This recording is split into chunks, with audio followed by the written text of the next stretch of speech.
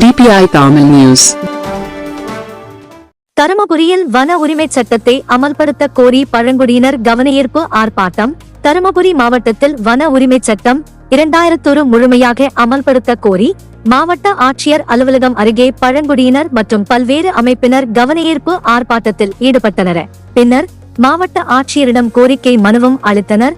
தருமபுரி மாவட்டத்தில் 169 பழங்குடியினர் கிராமங்களில் 7000க்கும் மேற்பட்ட குடும்பங்கள் வசித்து வருவதாகவும் கடந்த 15 ஆண்டுகளுக்கும் மேலாக தனிநபர் மற்றும் சமூக வன உரிமை பட்டா கோரி விண்ணப்பித்து வருவதாகவும் மனுவில் தெரிவிக்கப்பட்டுள்ளது.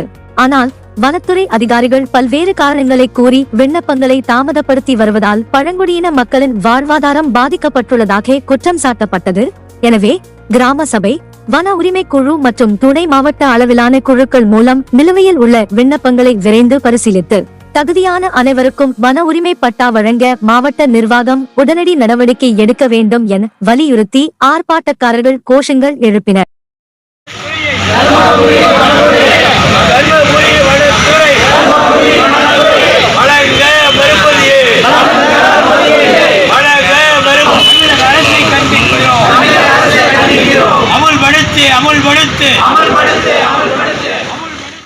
குறுஞ்செய்திகள் உடனுக்குடன் தெரிந்து கொள்ள DPI தமிழ் நியூஸ் சேனலை சப்ஸ்கிரைப் செய்து இணைந்திருங்கள்.